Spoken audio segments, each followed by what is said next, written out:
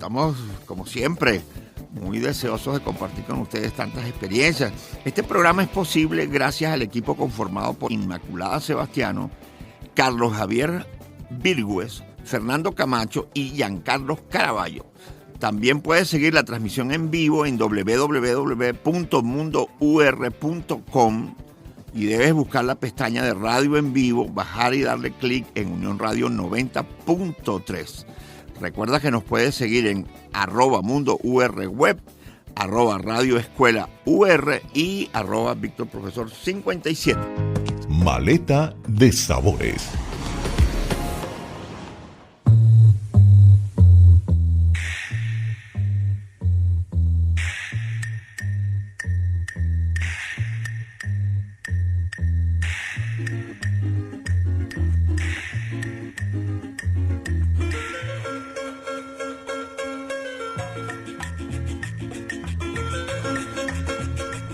Muy bien, estamos comenzando esta serie que se llama El Café en Venezuela. Vamos a tener el gran gusto de compartirlo y que por supuesto todos ustedes lo disfruten.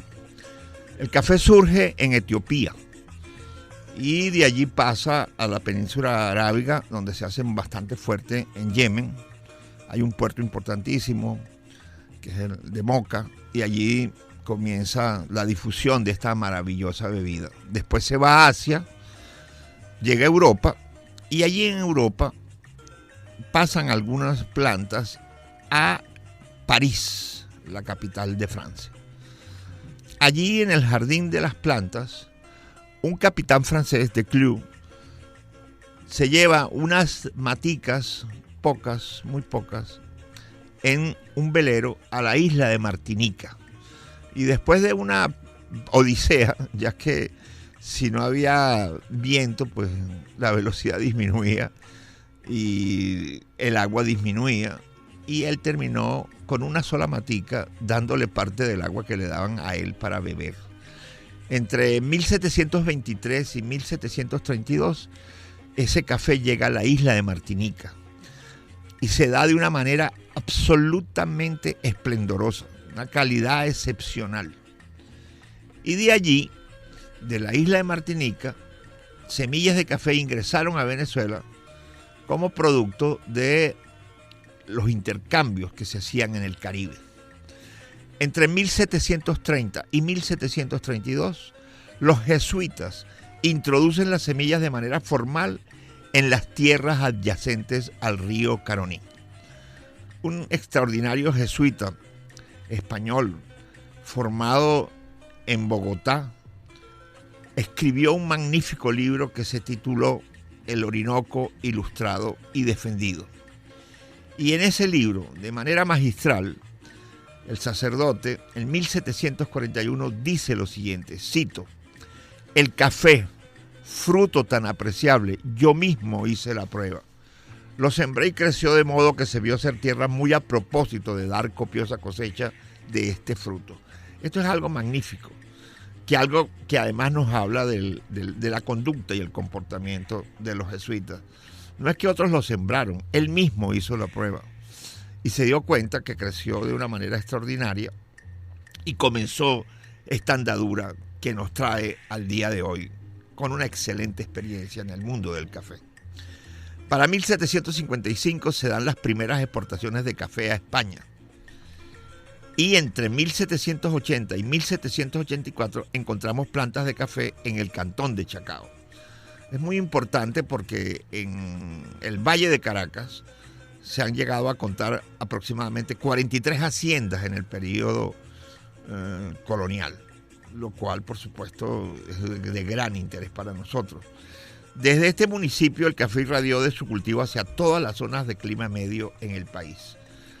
En el cantón de Chacao fueron sumamente famosas la hacienda La Floresta del padre Palacios, la hacienda Blandín del señor Blandín, que es actualmente el Caracas Country Club, y la hacienda del padre Moedano, San Felipe, allí en lo que actualmente es la Castellana. En 1780 permiten a la Capitanía General de Venezuela exportar café. y en 1789 se autorizó la exportación de café sin pagar derechos de exportación. Se estaban dando todas las condiciones. El café siempre ha sido una bebida extraordinaria. El crecimiento de consumo fue realmente indetenible y actualmente pues es la gran bebida estimulante del mundo. Hay unas pinturas y algunas plumillas que nos dibujan esa familia del siglo XVIII en que el padre y el hijo están en un pilón dándole a las semillas, en que la madre está con un sartén sobre unas brasas tostando el café, todo de manera preliminar y hasta primitiva, pero que fue el inicio de esa maravillosa aventura en Venezuela. Nos vamos a conseguir con que en el municipio de Chacao fue el centro más importante de la caficultura nacional hasta 1855, cuando agricultores de Rubio en el estado Táchira lograron una mayor producción gracias a la introducción que hizo Gervasio Rubio en ese lugar tan interesante como es la ciudad de Rubio, que le llaman también la ciudad Pontálida o inicialmente el Cucharo. En este lugar se desarrolla una actividad cafetera que va a ser historia. En Caracas, desde el río Tocome hasta el río Nauco, tenían arboledas y almácigos de café de muy buena calidad. Comenzó la fama de la calidad del café venezolano. Nos vamos a conseguir con varias haciendas que son realmente importantísimas y que ya hemos mencionado algunas, pero podemos mencionar otras. Por ejemplo, el Helechal en Filas de Mariche. Todas esas filas de Mariche estaban llenas de cafetales. San José, vecina al Parque El Este. Nuestra Señora de la Guía en el río Nauco, que por cierto, Nuestra Señora de la Guía fue una hacienda pionera por cuanto hay datos, documentos que nos hablan de todos los instrumentos de la tecnología de la época e inclusive sus patios de secado con los 4 corredores al lado tenían algo que es verdaderamente histórico. Y eran unos pequeños rieles, como de un tren, claro, a una escala pequeña, y unas 72 gavetas unidas a la una con la otra, con pequeñas rueditas. Y eso permitía colocar el café y el patiero, el que estaba encargado del patio, que es una figura fundamental en la historia de la caficultura, se encargaba de sacar en las épocas más soleadas pues ese trencito, la cantidad de gavetas que necesitaba para que tomaran el sol y se secaran. Me parece que es un detalle sumamente importante de aquella Venezuela del siglo XVIII en donde se desarrolló esta actividad que lentamente, paso a paso, empezaron a desplazar al cacao. Tan lo desplazaron que la economía venezolana en el siglo XIX dependía fundamentalmente del café. Todos los elementos que uno pueda estudiar de cómo era la economía del siglo XIX nos indican que el café fue la base fundamental de nuestro desarrollo y de nuestro progreso. Es importante también que yo les diga a ustedes que en el siglo XIX, como les estoy diciendo, se convirtió en el motor, en el principal producto de exportación. Y llegamos a crecer tanto, desde el punto de vista de la producción cafetera, que a comienzos del siglo XX fuimos, durante un periodo de aproximadamente 10 años, el segundo país exportador de café.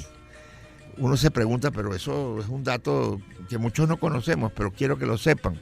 ¿Quién nos ganaba? Brasil. Ustedes saben que el Brasil tiene una geografía absolutamente inconmensurable, extraordinariamente grande, y es muy difícil pues ganarle a un país con semejante espacio geográfico. El café también se extendía en los Andes venezolanos, destacando, como les dije, el Valle de Rubio. Este pueblo que consiguió don Gervasio Rubio, pequeñito, un caserío, y que fue desarrollándose paso a paso, y que fue creciendo, y que se fue verdaderamente nutriendo de la experiencia también del país hermano de Colombia, donde muchísimos braceros de Colombia venían a Rubio a trabajar y viceversa. Esta actividad, por supuesto, llevó a convertir a Rubio en una referencia de escala mundial. Se pasó de 5.000 cargas de café en 1866 a 50.000 cargas para 1910. Es impresionante cómo en un periodo tan corto pudimos multiplicar de la manera como lo hicimos la producción del café. Ese café salía al exterior gracias a los caminos de herradura, gracias a los arrieros que llevaban sus sacos en sus mulas, 2 sacos en cada mula. Siempre esos arreos de mula iban con una mula delantera con una campana que la llamaban precisamente campanera y una mula al final que la llamaban culatera, que era la que cerraba el arreo, siempre con personas que iban llevando el paso y el control de estas cargas. Hay ingenios para procesar el café en los Andes importantísimos, pero también hay familias que comienzan a llegar desde Maracaibo. Previamente habían venido de Hamburgo, de Alemania, y comienzan a instalarse tanto en Cúcuta, Rubio y San Cristóbal. Es muy importante que nosotros podamos entender que en Chacao se celebró en 1786 la primera cosecha de café. También tenemos datos de que en las zonas vecinas de Boconó, como saben ustedes, Boconó es una referencia fundamental del café, tanto ayer, hoy y siempre. En Oriente, desde la Sierra de Bergantín hasta la península de Paria, es una zona costera muy importante y allí también se sembró el café que salía por un pequeño puerto en la ciudad de Barcelona. No se aparten de nuestra sintonía, que ya continuamos con el café en Venezuela.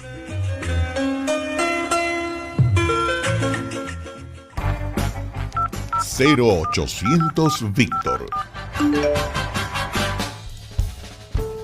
Muchas veces me preguntan, ¿cuál es el mejor aliño acá en Venezuela? Y bueno, obviamente mi corazón se entrega por completo y el mejor aliño en Venezuela para mí es el ají dulce.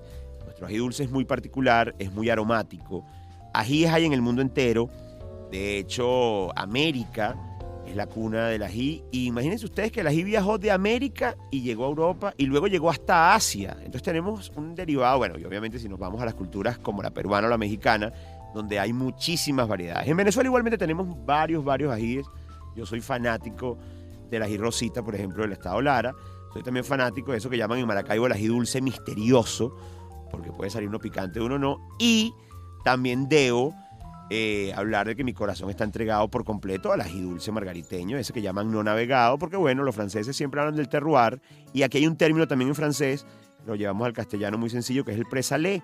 El ají dulce margariteño tiene esa potencia, y tiene ese aroma, y tiene esa fuerza, porque además está en una isla donde el salitre ya lo va condimentando, y por eso tiene tanto aroma. Entonces, bueno, mi aliño preferido en Venezuela es el ají dulce, y les quiero dar un dato, no solamente picado finamente, sino usted va a tomar ají, lo va a pasar con un poco de aceite por una sartén a fuego medio, lo va a rehogar, y cuando ya esté completamente suavecito, usted lo va a llevar a la licuadora, le va a poner un poco de aceite y va a hacer una pasta de ají dulce, que es un potenciador fantástico, que se usa poco en Venezuela las pastas de ají dulce, pero yo los invito a que lo prueben y que empiecen a ponerlo en sus guisos, empiecen a ponerlo inclusive para, cómo no, sazonar en mesa, y tendríamos de esta manera pues esa potencia del ají. Entonces mi aliño favorito o el mejor aliño para mí en esta tierra de gracia llamada Venezuela es el ají dulce.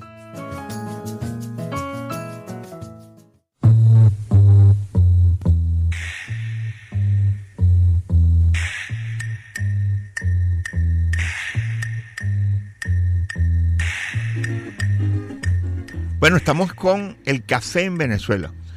En el estado Monagas, Caripe, por supuesto, fue un principal centro de desarrollo cafetero de la zona oriental.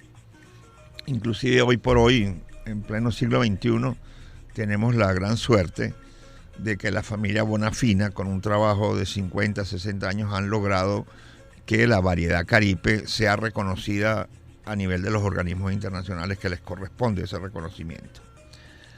La primera taza de café se va a servir en Caracas en 1786. El presbítero Pedro Palacios, que ya les dije que tenía una enorme hacienda que todavía se puede visitar, que es la Hacienda de la Floresta. Don Bartolomé Blandín, allí en lo que actualmente es el Caracas Country Club, esa casa del Caracas Country es una casa que se hizo en pleno siglo XX, pero en ese mismo espacio estaba la casona de la Hacienda Blandín, donde se tomó esta primera taza de café. El padre José Moedano es responsable de un recordado festival, porque ellos tres eran músicos, y se hizo una actividad musical allí donde se tomó la primera taza de café, que no es otro lugar, como hemos venido comentando, que en lo que es actualmente el Caracas Country Club. Llegaron muy tempranas las personas engalanadas para el momento.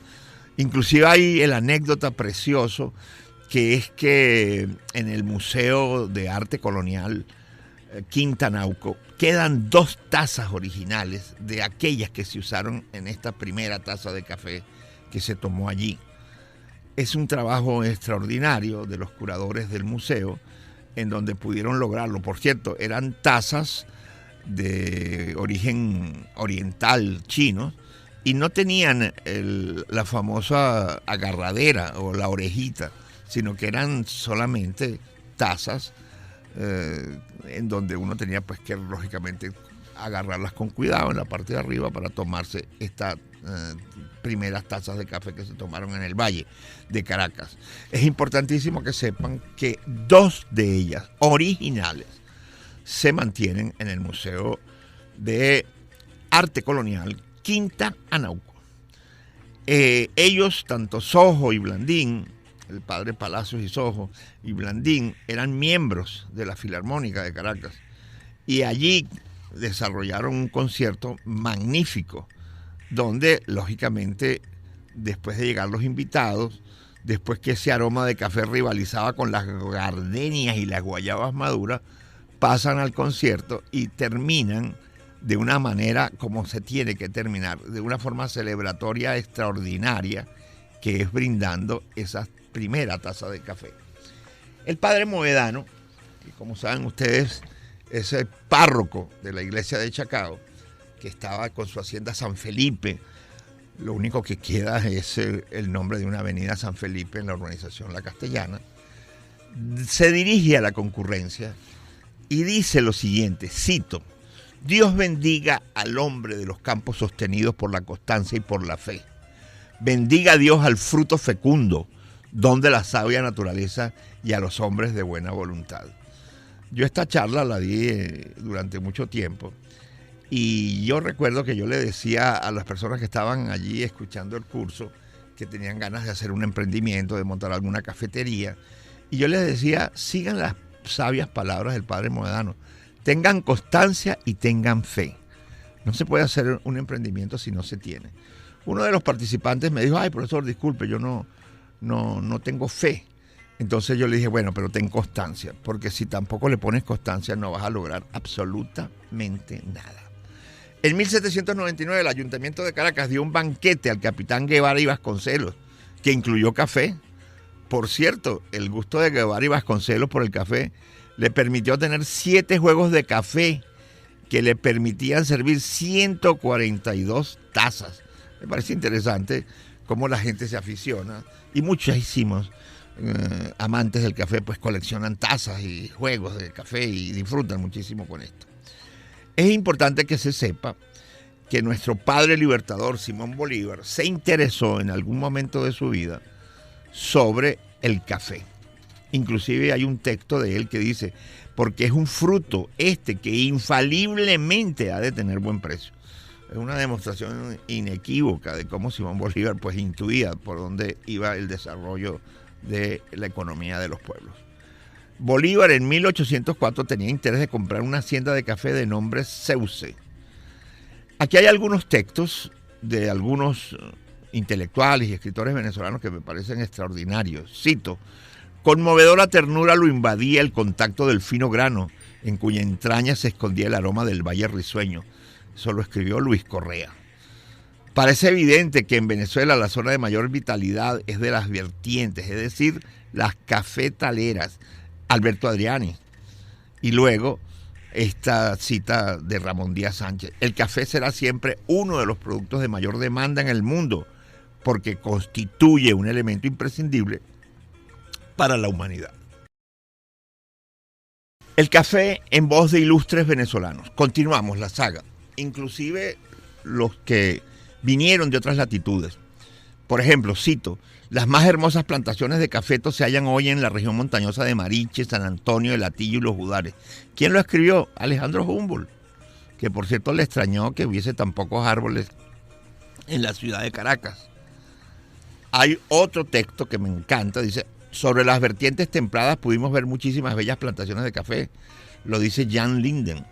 Y Francisco de Pons no podía faltar diciendo el café prefiere las tierras nuevas y frescas y algo altas donde la frescura y las lluvias moderen el calor de la tierra tórrida.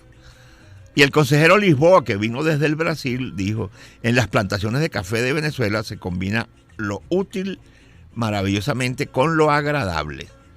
Y Carapun, este magnífico investigador europeo, dijo lo siguiente, cito, el árbol presenta un colorido extraordinario con sus flores de un blanco puro y descansan como nieve sobre las hojas de un verde oscuro y brillante, despidiendo un aroma muy delicado que embalsama la floresta. Carl Apun. Yo estoy absolutamente convencido que los venezolanos nos estamos acercando cada día más, aunque tuvimos 100 años, en que la actividad cafetera pues disminuyó de una manera tremenda, pero en este siglo XXI está renaciendo. Después de la temporada de sequía, dejasen sentir las lluvias que son inductoras de la floración de los cafetos. Al acercarse el mes de noviembre, nos indica que viene la cosecha de Navidad. Las cosechas dinamizaban la actividad en el campo. Imagínense ustedes las familias que estaban al frente del cafetal, pero las que venían a ser cosecheros. Allí en las pulperías cercanas a las haciendas, los encargados de la hacienda se ponían a comprar telas, carteras, alpargatas, para darle a los trabajadores que iban en la labor de la cosecha, que duraba 3 meses. Con respecto a los alimentos, pues se les daban granos, el papelón no podía faltar, queso llanero, sal, dulces caseros y verduras frescas. Un hombre de confianza del dueño de la hacienda le daba a los cosecheros, además, los instrumentos necesarios para su trabajo, como es el caso de los machetes, los sacos de yute. Las cosecheras llenaban de alegría los campos cafetaleros. Después de la cosecha, el café era llevado a la oficina y luego se hacía algo que me parece extraordinario, que era el fin de la cosecha. Después que pasaban los 3 meses, que ya no quedaban granos por recoger, ¿cómo se celebraba? Se invitaban a todos los cosecheros y a las personas que trabajaban en la finca para con arpa, cuatro y maraca, estamos hablando del siglo XIX, hacer una gran fiesta. Ahora, ¿cuál era el plato por antonomasia? El plato que se servía en todas las grandes reuniones y en las grandes celebraciones. Señores, el sancocho. El sancocho no podía faltar. La próxima semana continuamos con el café en Venezuela.